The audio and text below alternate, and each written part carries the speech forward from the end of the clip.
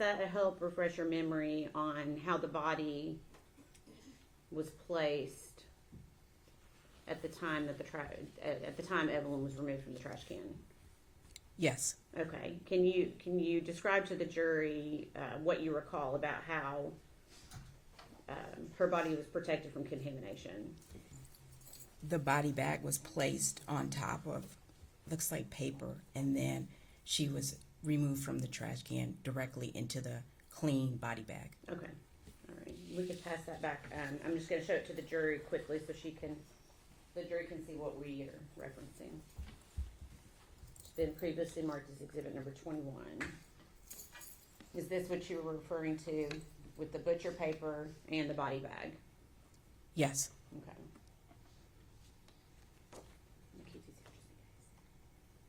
Okay. So at some point, Evelyn's body was going to be transported to a different location, I'm assuming. Is that right? Yes. Okay. And where was her body transported? The Forensic Center in Johnson City. Okay. And are you the individual that performed the autopsy on Evelyn Boswell? Yes. Okay. And was that also performed at the same location in Johnson City? Yes. Okay. Can you please describe the process of this particular autopsy for the jury? We re-photographed the body. We collected evidence from the body, and we removed the clothing, and I performed the autopsy, starting with an external examination, then an internal examination. Okay. Was it more difficult due to the state of Evelyn's remains?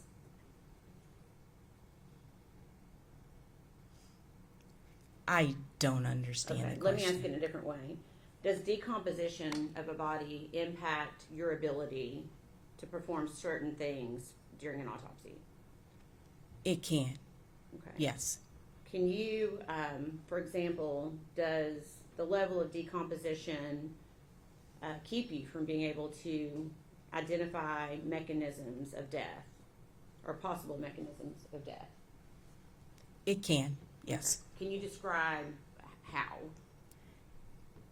Sometimes with decomposition, the skin will change colors, and it can obscure bruises or contusions. Sometimes we might not be able to draw the sufficient toxicology specimens that we want to. Okay. And did any of that happen in this case? Were you able to see any potential soft tissue injuries to Evelyn's body? I did not identify any soft tissue injuries. Okay. Did decomposition play a role in that at all? It's probable, yes. Okay.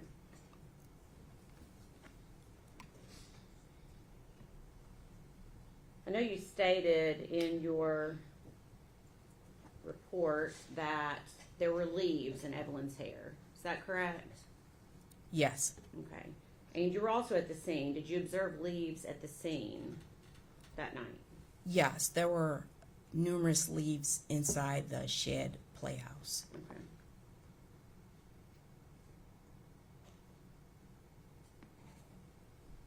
Okay.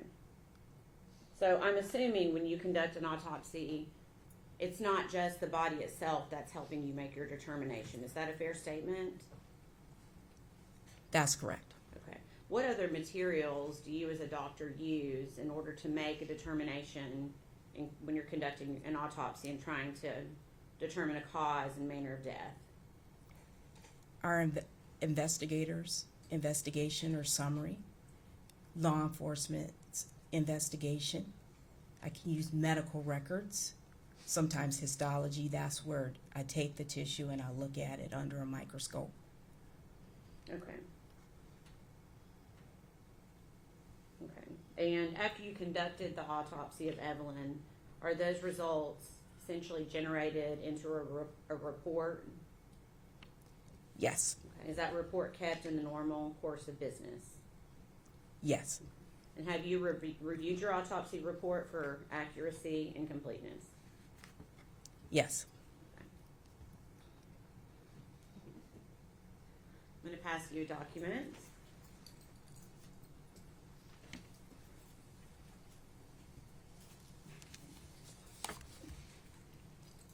I'm going to give you a second to look and see if you recognize that.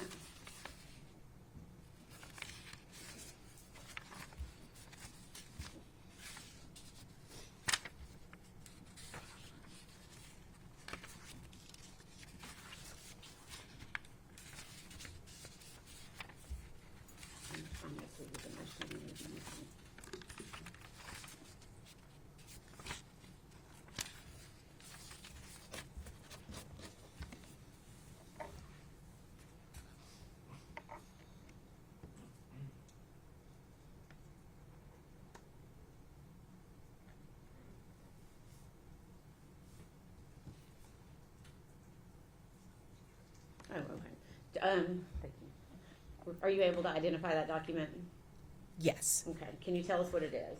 It's the autopsy report I prepared on Evelyn. Okay, and is that a complete and accurate copy? Yes. Okay, Your Honor, this time we would ask that be made exhibit number 260. No objection. Full exhibit 260.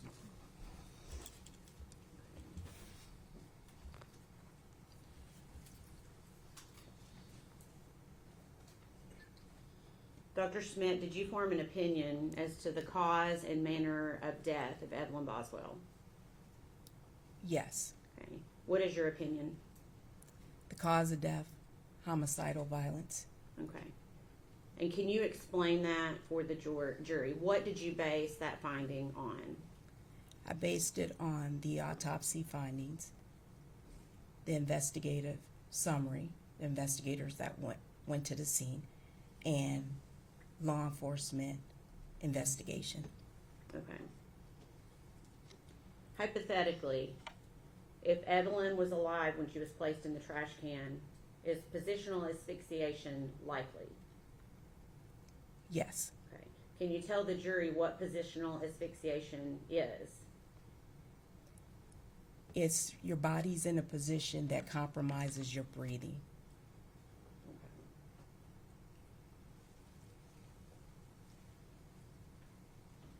And were you aware was how Evelyn's body was placed into the trash can? Do you recall? Yes. Okay. And when you say positional, are you referencing the fact that she was upside down? Yes, the body was in the trash can, upside down. Okay. I'm going to show you what's been pre-marked as exhibit number 34. Pre-admitted as exhibit number 34.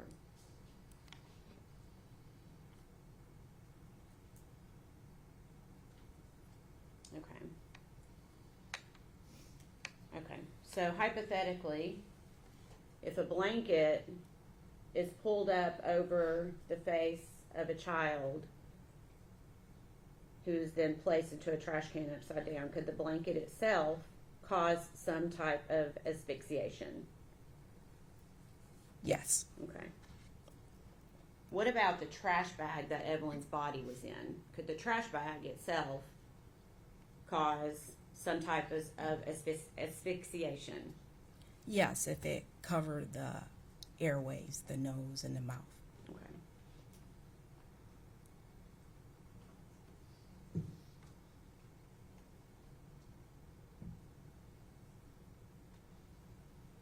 How many autopsies have you conducted over the course of your career, just approximately? 3,600 approximately. Approximately how many of those are were on children? Close to 100, between 80 and 100. Okay. Have you conducted autopsies on children that have resulted from, that you determined to result from natural causes? Ladies and gentlemen, although I may not agree with your verdict, I respect your verdict. I respect you. I thank you for your time, and I have one more thing to ask you. You have to make a decision now And that decision it's gonna mean the difference if you sentence Megan Boswell to life in prison. She'll be released when she is, probably 69 years old. That'll be she's been in jail, you probably realize she has been in jail since she was 18 years old. She went to jail February the 25th of 2020, and she hasn't been released. So with that said, if you give her a life sentence, it would be 51 years. That's what I'm asking you to do.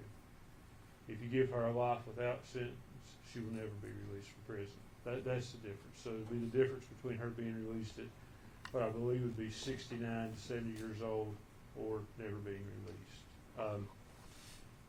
In doing this process, and Judge Goodwin will read you some very short jury instructions comparative to what you heard yesterday.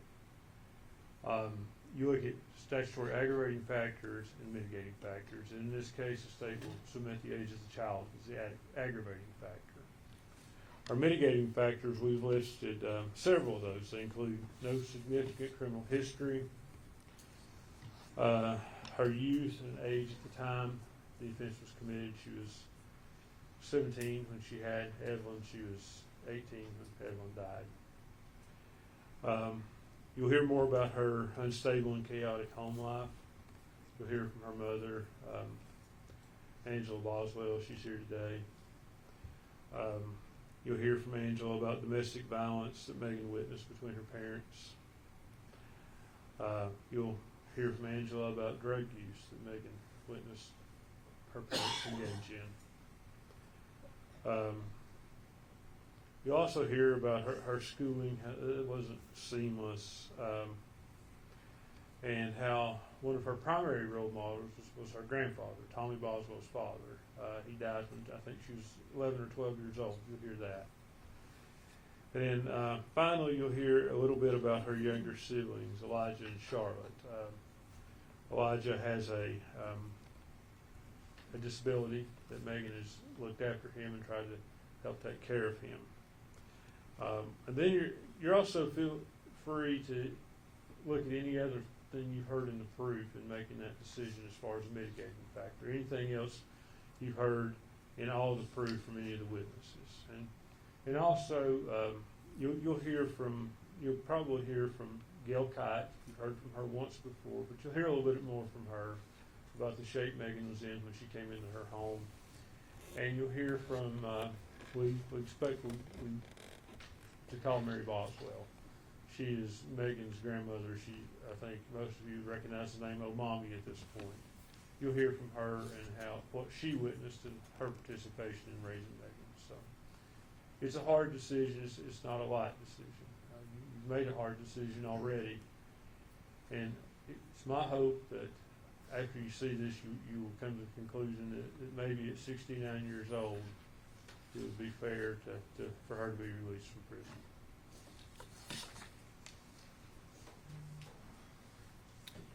All right. General proof. Publish.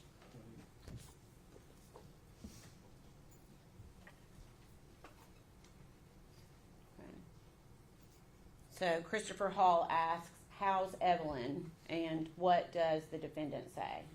Defendant says good, mean as fuck. And he says, aw, and what does Megan Boswell say? She says she hates me.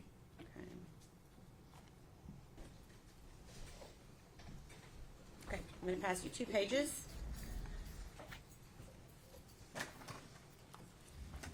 And ask if you can identify that. Yes. Okay, can you tell us what it is? So it's this was a conversation on Facebook between the defendant and Miss Shirley Lowry. Okay. And what was the date of that conversation? This was February 18th, 2020. Okay, is that a fair and accurate representation of the conversation from the defendant's Facebook extraction? Yes. We'd ask that be made exhibit number 236. Full exhibit 236.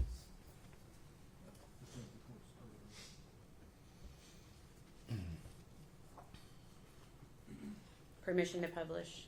Go ahead. Okay.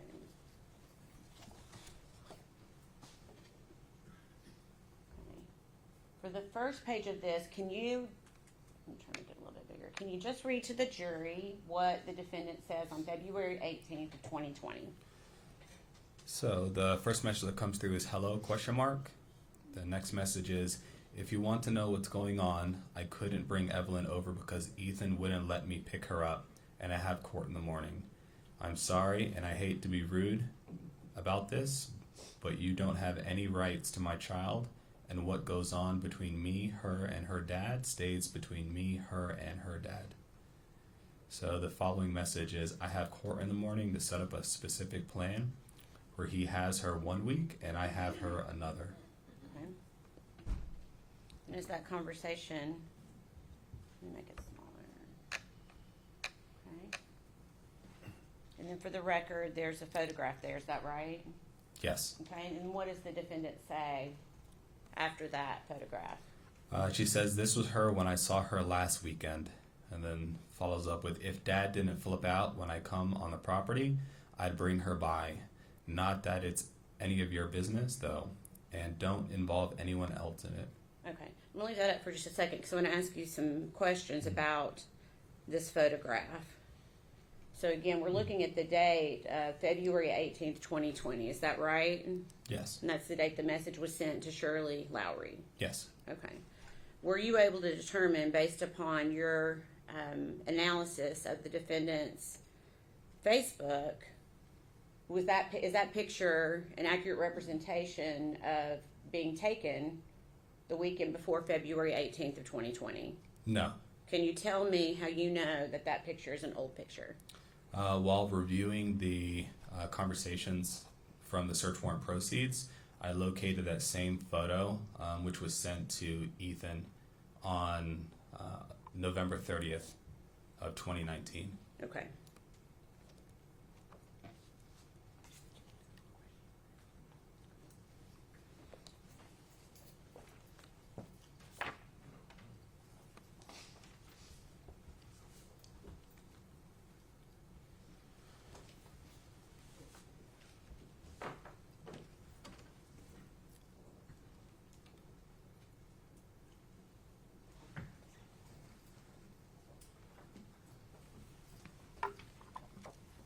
Okay. Same thing. I'm going to ask if you're able to identify that. Yes. Okay. Can you tell me what it is? It's a conversation between Kristen Arnett and the defendant. Okay. And is there a date on that conversation? February 22nd, 2020. Okay. Is that a fair and accurate representation of the conversation between the defendant and Christian Arnett on that date from her Facebook proceeds? Yes. We'd ask that be made exhibit number 237. 237.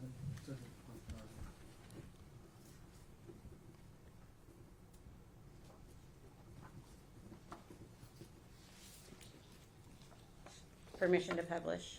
Okay. I'll try to make this one a little bit bigger.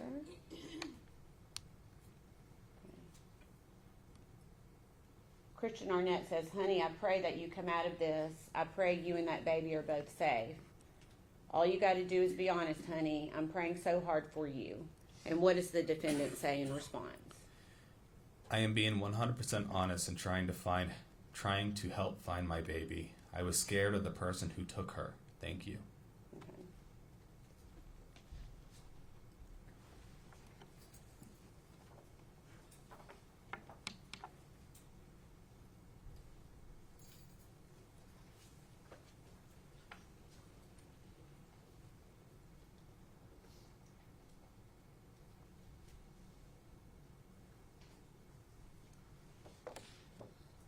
Okay.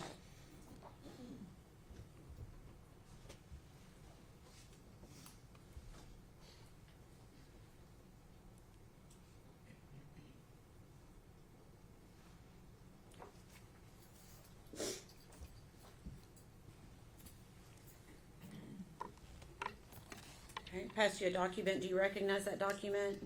I do. Okay, what is it? This was a conversation between the defendant and Hunter. Hunter Wood. Hunter Wood, yes. Okay, and is there a date for that conversation? There is. It's December 27th of 2019. Okay, and is that a fair and accurate representation of the conversation as you viewed it during your analysis? Yes. We'd ask that be made exhibit number 238. Full exhibit 238, subject to court's prior ruling.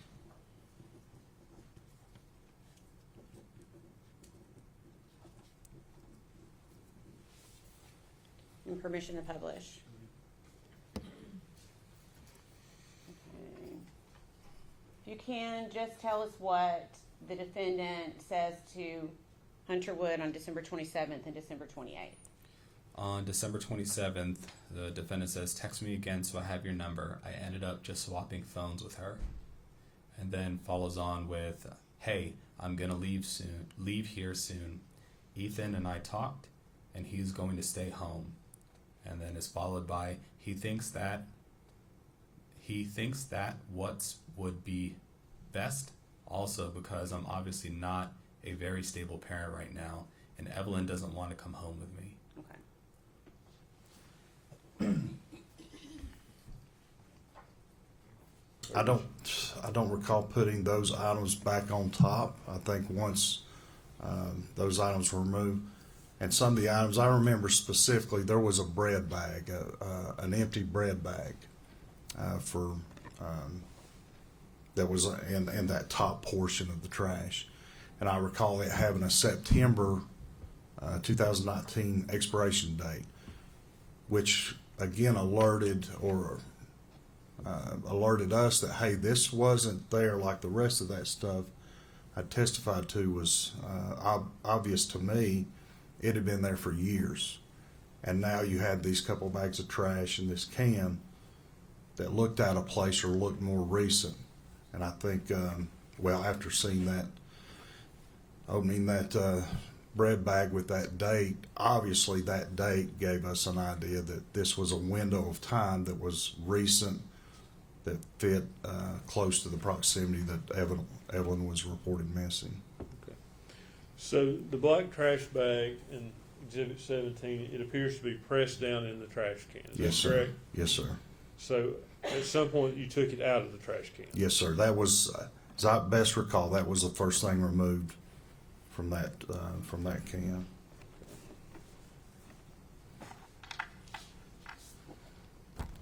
Agent Fraley, I'm going to show you what's been marked as Exhibit 15. Okay. Is that the same black trash bag? Yes, sir. As best I recall, you could only see that portion in that last picture, and that's after it's kind of been opened Okay. to inspect the contents inside. Okay. So that picture was taken after you open the door, obviously. Did you take the trash bag out of the can, or did you? I can't recall if I did or not. Like I said, I think I did, because to inspect the bigger bag that was down in the bottom of the can with Evelyn's body. Okay, did you place the black trash bag back in the can? I can't recall if I did or not. Like I said, once we confirmed that was Evelyn's body, or what we believed to be, we stopped. But I can't remember if I placed it back in there or set it to the side. Now, I assume there's a protocol to how you all would handle a scene like this. Could Yes. you walk me through that? Well, typically, like I said, this was looking for Evelyn's body, because based off of what the phone call had come in to come there to search for items that he had said had been brought there and placed in the yard barn. We found those items. I think Special Agent Gratz and Haraz with the Sheriff's Department started looking, inspecting, and made the decision to take that. And then the process of that led us to just to look in the playhouse where we found these items. So for protocol, I guess there's not a checklist to start looking, but once items are found, the protocol is to photograph those, bag those, seal those bags, mark those bags, and ultimately send them to our TBI labs for examination. And I assume the protocol would be not to contaminate other pieces of evidence there. You want to keep everything as separate as possible. As best we can. You described a situation where you all placed her body on a clean body bag. Yes, sir.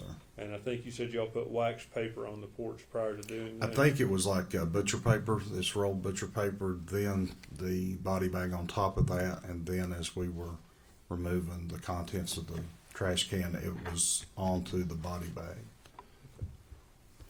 The black bag, when you inspected it, anything significant in it? Like I said, the only thing that sticks out is that bread bag with the date. Kind of, like I said, that other stuff had been there for years, it appeared to me, and the others. And this appeared to be recent, and that date on that bag, I recall. Okay. If I could approach the court reporter, Judge. Agent Fraley,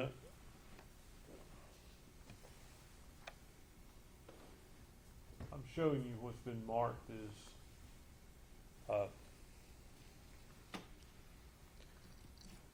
Exhibit 11. You recognize that? It looks like, yeah, that's one of the pictures introduced yesterday. Okay. What does- That's the playhouse with the door open, showing the trash can inside the doorway. and that's the front porch of the where you ultimately placed the body bag, correct? Yes, sir. Okay, if you could, do you have that pointer still? Yes, sir. Could you point for the jury and show them where you placed the paper, where you placed the bag? Can you raise that?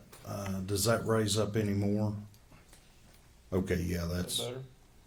yeah, it was on this porch right here.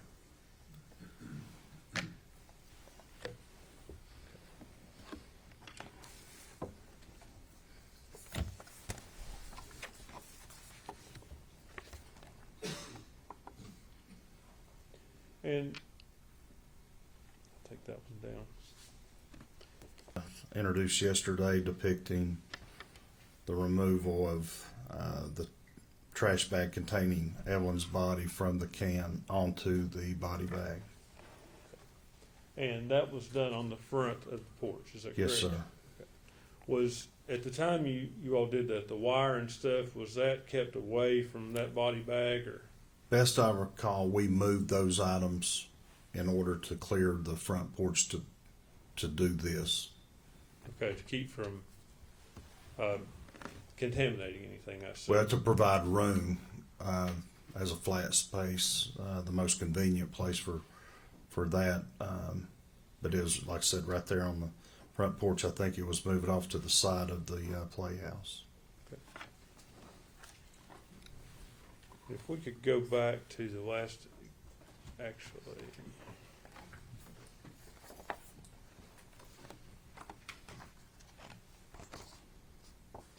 We'll put back up Exhibit 46.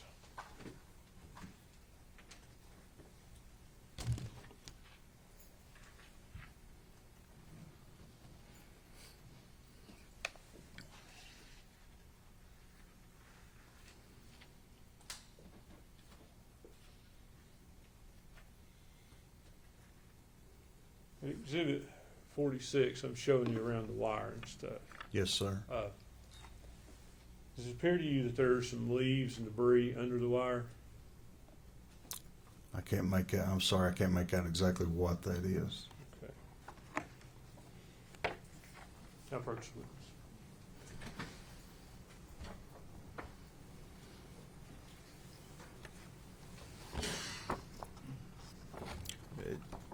Do you recognize what that is? Like I said,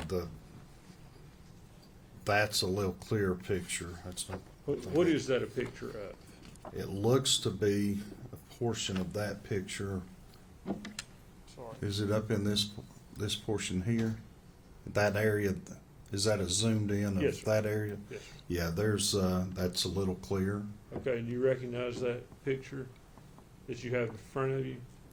Yes, sir. Like I said, it looks to be the middle portion of that, and it's a little clearer now that it does appear leaves, maybe some grass or hay or something there underneath that wire in this area.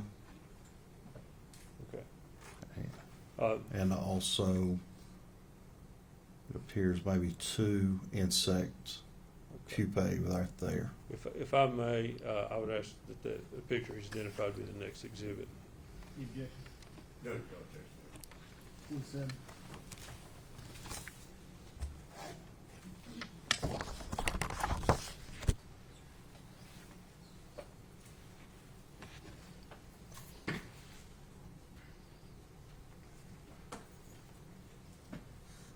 We'd ask to publish this at this time. Agent Fraley, is that a better Yes, sir. picture for you to Yes, describe sir. to the jury? It is. I believe you said you saw some leaves. Yes, sir. It looks like maybe right there. Uh-huh. And that might, that area right there was what I said looked like grass or hay, possibly. Okay. And then, I'm sorry, Oh, those two right there is what it said looked like insect. You described those as pupae. Yes, that's, You talked about pupae yesterday. What's pupae? it's just where an insect, once an egg is formed, it's formed as larva. In the middle of that stage before it fully develops into an adult, that's the stage of that. Okay, so the egg would be laid and then it forms into this. Is that what you're saying? That's correct. Yes, sir. Okay. That pupae, do they move on their own? Yes, they're living organisms, and they feed, which, like I testified yesterday, it's common with human decomposition that the eggs are laid on that decomposing human flesh, and that's where they develop from there.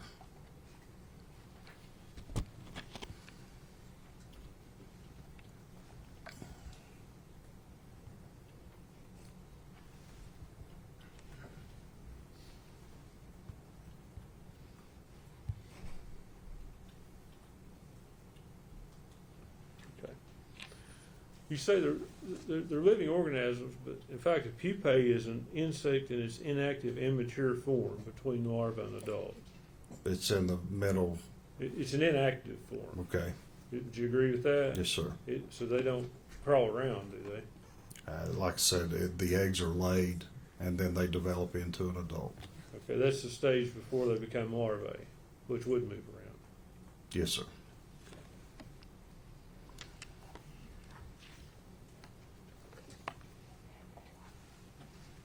Let me ask you about the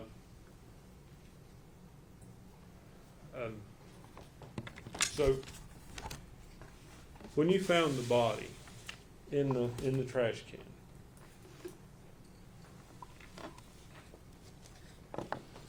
it was in a bag, correct? Yes, sir. Evelyn had leaves in her hair. I don't recall that.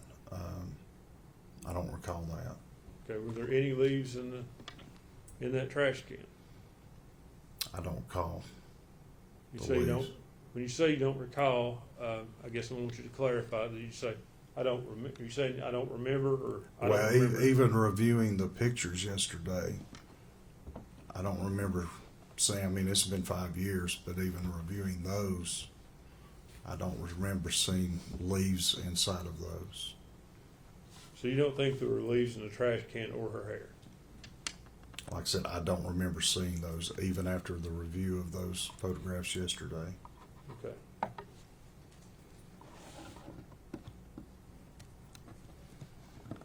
want to talk about the body. Obviously, when you find it, you had to move it to some degree. Yes, sir. I mean, you would have done your best to have placed it back you moved it out of the trash can and then placed it back like it was, I'm assuming. No, sir. Okay, tell me what you did. Are you talking about removing the body and then putting it back in? Yes. No, sir. Okay, That's incorrect. okay, tell me. No, once we went into the playhouse. Opened that door, saw what we saw, the trash can, the 2 bags that, like I said, were obvious to us that they didn't match everything else in that playhouse. It was, and then confirming, like I said, with the information that Megan had provided to us, that the trash can was in play. That first black bag removed, and then like I talked about the empty bread bag that had expiration date. That confirmed this wasn't in the time frame of this other stuff with the dust and the cobwebs. Pulled that off, and that's when the odor of decomposition appeared or was present, and then pulled that fleece blanket back, and then that's when I saw the leg and the foot. That's when we stopped at that point. Then made our phone calls, forensic pathology, medical examiner, DA's office, and our chain of command. So I assume you made as minimal of movement as the body as possible. Yes, sir. Again, because we were, number one, trying to confirm if that was her. We were optimistic and hopeful it was. And once we verified that, at that point, we stopped and waited on them for guidance. But it would be fair to say you moved the body. Absolutely, we did. You had But to be- like I said, not from the trash can and then Right. put it back. But you had just- to move it within the trash can in order to see what you were seeing. No, again, just pulled the blanket back and saw that leg and foot. We didn't, the body wasn't moved. Now, it may have moved when we moved the trash can, but we didn't physically touch the body, So- remove it, and replace it. So fair to say you didn't try to move it, but when you moved the trash can, it could have moved. Yes, sir, it absolutely could have moved. Agent Gray, will you take a look at that and see if you recognize it? Yes, this is my exhibit 7A, which is the chewed gum. This is the seal, has my initials on it. This barcode, this is what is generated by the evidence receiving unit that has that unique laboratory case number. And this is how the internal chain of custody is maintained throughout the lab. And these are, of course, my initials. You recognize your initials there on that item? Yes, All right. Did you perform analysis on that particular item? I did. And if you would, tell us what the results were that you obtained. The DNA profile matched Exhibit 13A, Megan Boswell. The probability of randomly selecting an unrelated individual who would be included as a contributor of the DNA profile is 1 in a number greater than the current world population.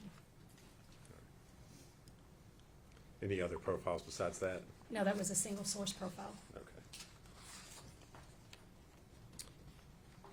And, thank you. If we could hand her exhibit number 217. Again, should be a bag.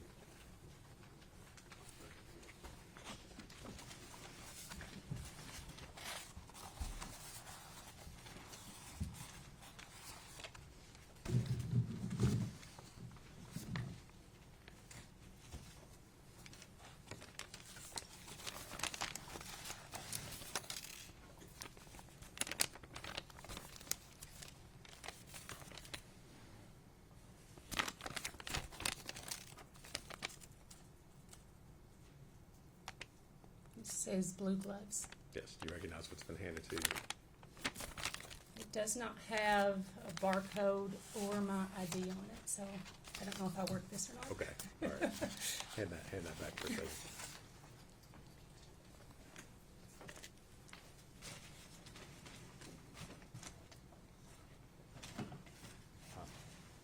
I'm gonna come back to that.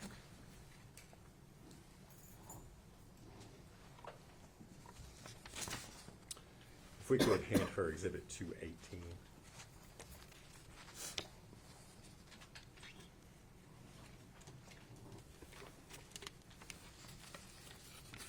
You recognize that item? Yes. And what is it? This is my exhibit 18A, which was a cold and cough medicine bottle. There's the barcode that is generated by the TBI and the seal that I placed on it after I was done with the evidence. Okay. And did you perform analysis on that particular item? I did. And if you would, tell us what the results were of your analysis. The outside of the bottle was swabbed. A limited DNA profile was obtained and is consistent with a mixture of at least 2 individuals, including at least 1 male. Due to the limited profile obtained and the unknown number of potential contributors, interpretation is inconclusive. All right.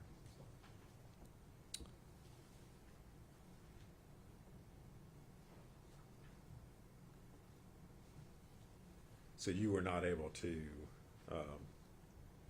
form any kind of profile at all, is that correct? That's correct. So regardless of whose DNA, other profiles you would have had, there would have been no way for you to match that with anyone, is that? Correct. It has to meet a certain strength before we do any comparisons to it, and this did not meet that quality.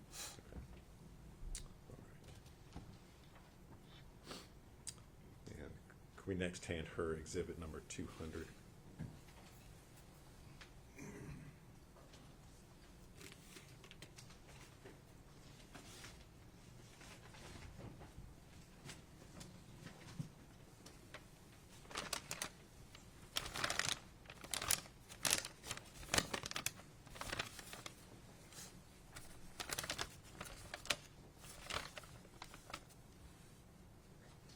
You recognize it? Yes, this is my exhibit number 19A, which is a Dasani water bottle. Here's the TBI barcode, and this was the seal that I placed on it when I completed it. Okay. And did you perform analysis on that particular item? I did. And what were your findings? So the mouth area and inside of the cap was swabbed for testing. The DNA profile is consistent with a mixture of at least 2 individuals.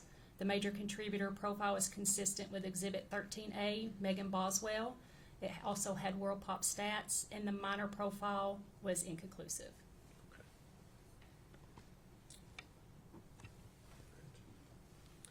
And if we could next hand her Exhibit 211.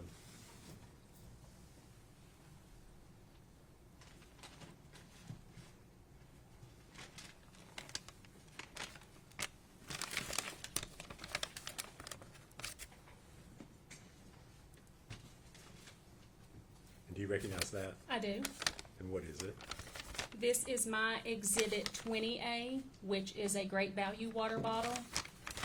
There's the TBI barcode, my ID, and the seal that was placed on it with my initials. Okay. And again, I'd ask you, did you perform analysis on that particular item? I did. And what were your findings? The mouth and inside the cap area were swabbed in this item also. The DNA profile is consistent with Exhibit 14A, Evelyn Boswell, with World Pop stats. No other profiles on that particular item? There was an additional allele at one of the locations, but it was inconclusive. Okay. Next, if we could hand her number 212.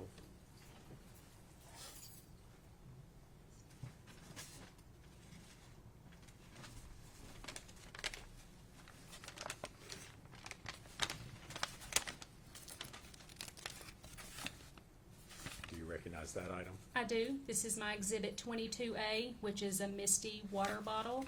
The TBI barcode with my ID and the seal that was placed on it when I was finished.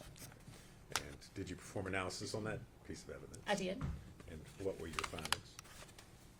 So once again, the mouth area and the inside of the cap was swabbed for testing, and the DNA profile matched Exhibit 13A, Megan Boswell, with World Pop stats. And next, we could hand you Exhibits 213.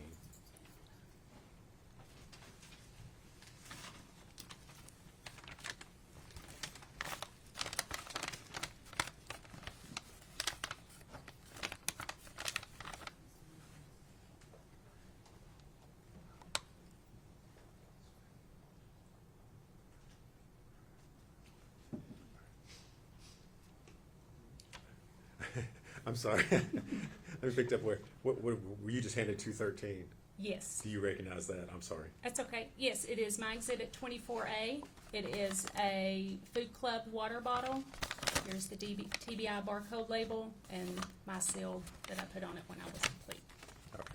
And did you perform analysis on that particular item? I did. And what were your findings? So once again, the mouth area and inside the cap was tested. Quantification results did not indicate a sufficient amount of human DNA for analysis, so no further testing was performed. All right. And next, if we could enter 223, which should be one of the pillows.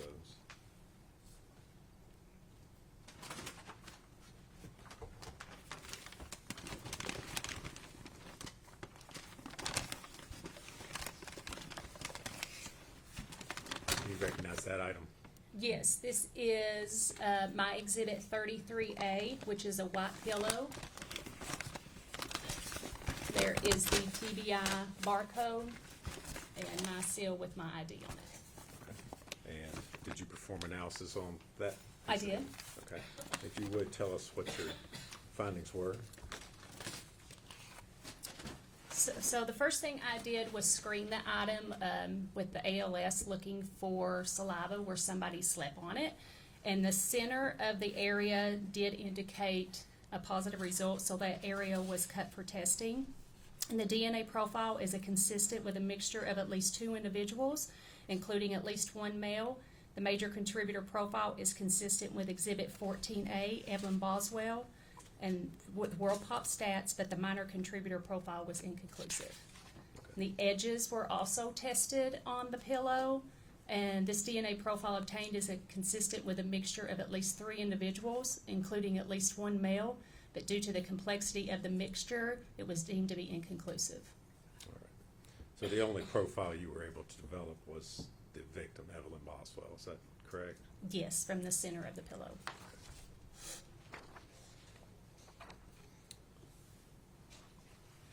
If we could hand her exhibit number 224 next. It also should be a pillow.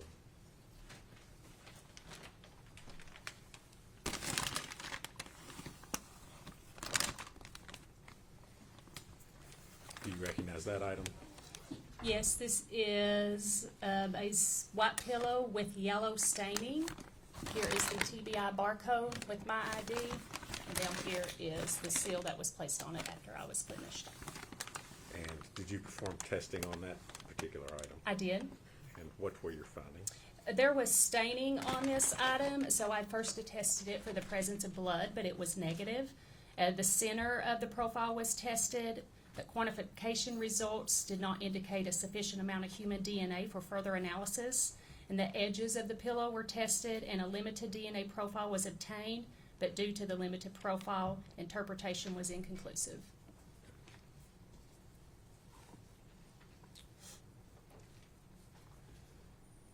If we could hand her at 215 next.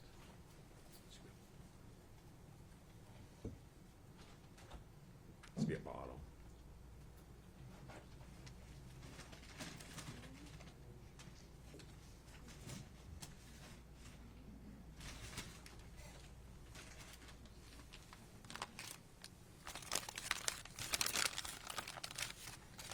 You recognize what's been handed to you?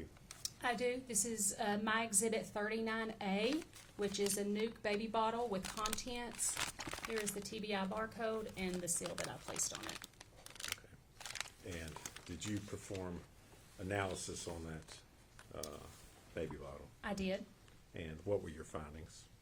So the nipple area was swabbed, and the DNA profile matched exhibit 14A, Evelyn Boswell. And the sides of the bottle were also swabbed. The DNA profile is consistent with a mixture of at least 2 individuals. The major contributor profile was consistent with exhibit 14A, Evelyn Boswell, and the minor contributor profile was inconclusive.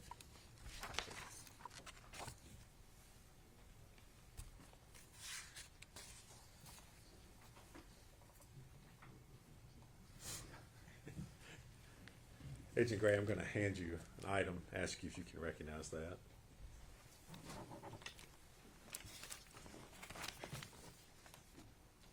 Yes, this is my exhibit 9A, which is blue latex gloves with hair. This is the TBI barcode and my seal on the top. Okay. And did you perform analysis on that item? I did. Okay. And what were your findings in regards to that? Inside this bag are 3 blue latex gloves. The inside of glove 1 was a limited DNA profile of at least 2 individuals, including at least 1 male. Due to the limited profile obtained, it was inconclusive. The outside of glove 1 was a mixture of at least 2 individuals. Due to the limited profile obtained, it was also inconclusive. The inside of glove 2, a limited profile was obtained, including at least 1 male. Due to the limited profile obtained, interpretation was inconclusive. The outside of glove 2, a limited DNA profile was obtained. It was also inconclusive. Possible hairs were collected from this item but returned with the evidence because the TBI does not work hair. The inside of glove 3, a limited DNA profile was obtained.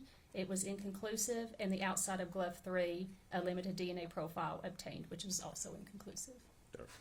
So no conclusive profiles on any of the No. gloves, is that correct? That's correct. And no, Evelyn didn't find any DNA profiles consistent with the victim on any part of the gloves, is No. that correct? Okay. Judge, at this time I would move to make the gloves as exhibit 248. Any objection? I guess she probably needs to, I don't think, did you open those up? I didn't. Okay. Do you care to open those Oh, up? yeah. So we can-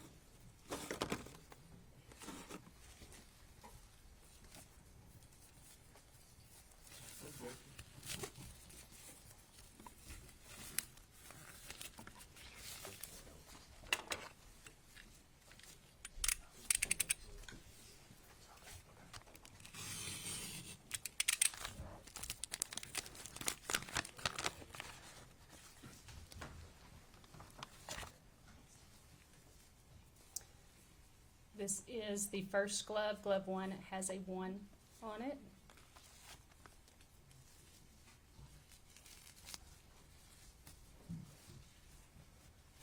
And this is glove number 2. Or, sorry, that was glove number 3. This is glove number 2. As you can see, they're shredded. Okay. And those were the gloves that you tested and Yes. testified to? Okay.